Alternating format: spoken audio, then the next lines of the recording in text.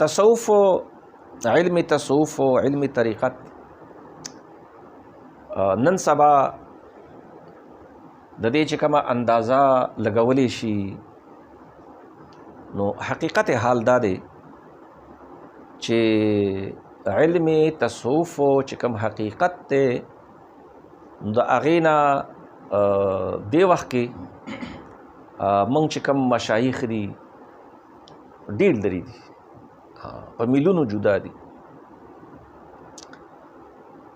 او اوس خو لا د خلکو دام خیل دی چې دا تصوف او طریقت دا د شریعت نه علاحده ځان له څیز دی حالانکه خبره داسې نه ده یو ظاهر د شریعت دی او یو باطن د شریعت دی یعنی حقیقت د شریعت او یو د دې شریعت د ظاهر د حقیقت دی او دا حقیقت دا تصوف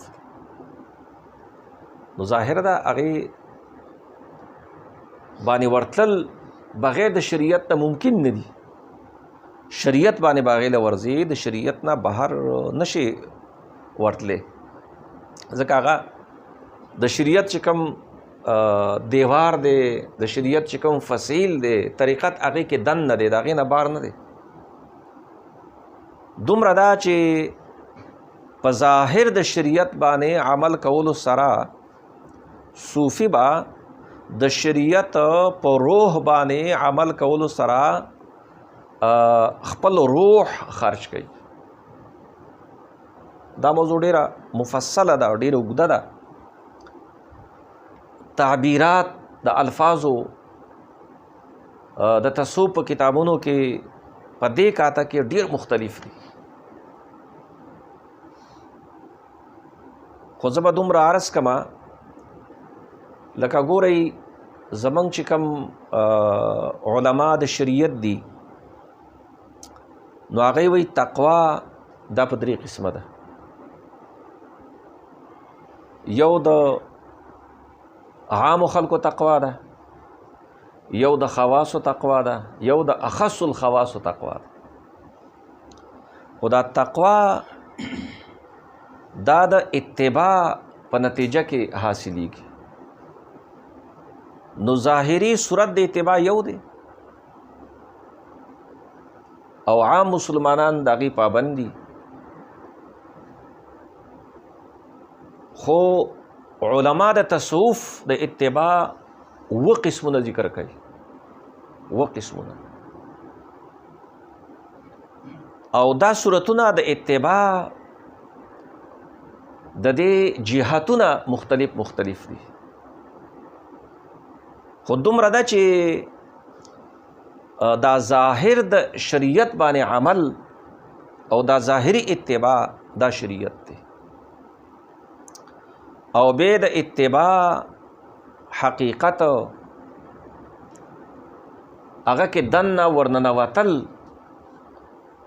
او بیا هغه کې مختلف جهتونو سره اتباع اختیارول دا د ظاهر بینو علماو د شریعت د وس نه بهر خبره ده دا مې دې دپاره وویل چې د حضرت ابو محمد رویم رحمت الله تعالی علیه په دې قول باندې زما د دې مختصر تمهید نه بغیر پوهیدل مشکل دي نو حضرت ابو عبدالله ابن خفیف هغه ورته وایي چې ماته یو وصیت راته وکړه نصیحت راته وکړه زه په هغې باندې عمل وکړم نو هغه ورته وایي د دې معامله او د دې تعلق د روح د خرج کولو نه په غیر ممکن نه دی او دا کتا ته حاصلیږي نو صرف د اهل تصوف سره به حاصلیږي خدا ورته وایي که چېرته تاسو په دې تصوف کې په طریقت کې ځکه کامیابی خو همدا تصوف دی. ظاهر د شریعت سبب د نجات خو دی چې څوک کلمه ووایي چې لا اله الا الله محمد رسول الله صلی الله علیه وسلم نو دا به جنت ته ځي. لیکن د دې کلمې ویلو او شریعت باندې د عمل کولو حق څوک چې ادا کوي نو هغه په غیر د علم تصوف د پہچان نه ممکن نه دی. نو دا ورته وایي چې کچرته په تصوف کې ته روح خرج کې خو ډېره ښه ده، ځکه د روح د خرج کول نه بغیر دا تا ته نه حاصلېږي. خو که چېرته په دې صورت کې نو بیا ټیک ده، او که داسې نه وي نو دې نه پس ته یو بله جمله کوي، وایي ته بیا د دې صوفیاو په باطل کارونو کې مه مشغولېږه. د دې جملې نه د حضرت رویم رحمت الله تعالی علیه د جملې نه ډېرو ظاهربینو خلکو ته مغالطه کیږي چې د اهل تصوف که ته خپل روح نه خرج کې نو بیا د طریقت والو د اهل تصوف والو په باطلو کارونو کې مشغولېږه مو د هغې نه ځان وساته. د دې مطلب دا دی چې ته چېرته شریعت باندې عامل کېدو نه پس شریعت باندې د عمل کولو نه په نتیجه کې